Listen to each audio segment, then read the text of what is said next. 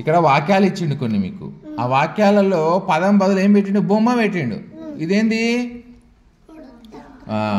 ఉడతా అని రాయకుండా బొమ్మ ఇచ్చి డాష్ చేతిలో జామ పండు ఉంది అన్నాడు.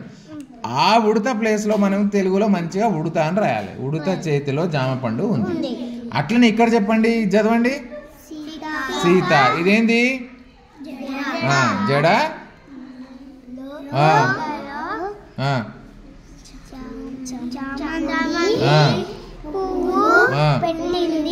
Very good. జడ బదులు ఇక్కడ జడ పెట్టి మీరు రాసేయండి. సరేనా? నెక్స్ట్ ఇది చూడండి, ఇది చదవండి.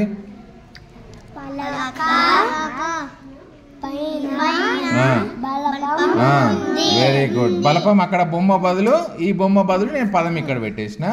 ఆ పదం కలిపి ఇక్కడ మీరు రాసేయాలి. నెక్స్ట్ చదవండి.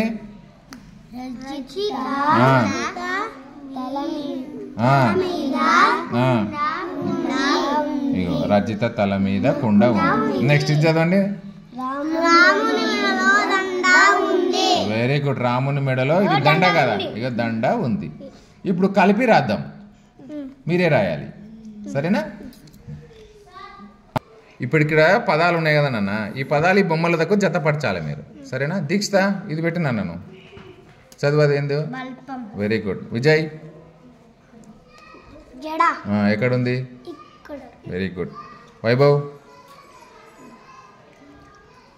తీసుకో, అది ఎక్కడ పెట్టాలో పెట్టు. చైత్ర ఎక్కడ? Very good.